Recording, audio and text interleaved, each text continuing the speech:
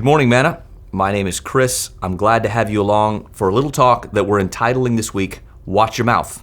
Now today, I'm going to title this one, Listen to Your Little Brother. Now, I have some little brothers. Matter of fact, I have 4 little brothers. I also have 3 little sisters. I'm the oldest of 8.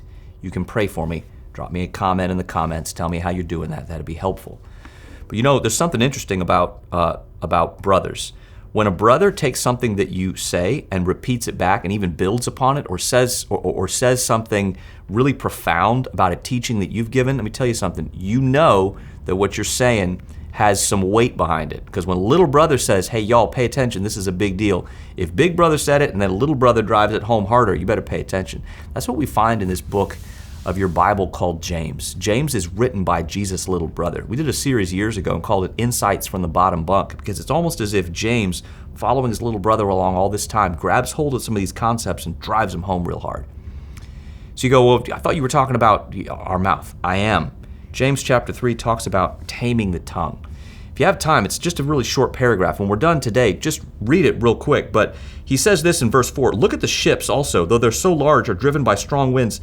They're guided by a very small rudder wherever the will of the pilot directs.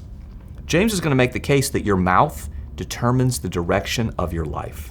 Do you know that your mouth can actually set your backyard on fire? The analogy I'm using of your backyard being on fire, you wouldn't go set a fire in your neighbor's backyard, but that's actually what your mouth is doing sometimes. Watch what he then says in verse 5. So also the tongue's a small member, yet it boasts of great things. How great a forest is set ablaze by such a small fire.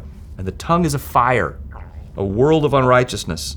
The tongue is set among our members, staining the whole body, setting on fire the entire course of our life, set on fire by hell.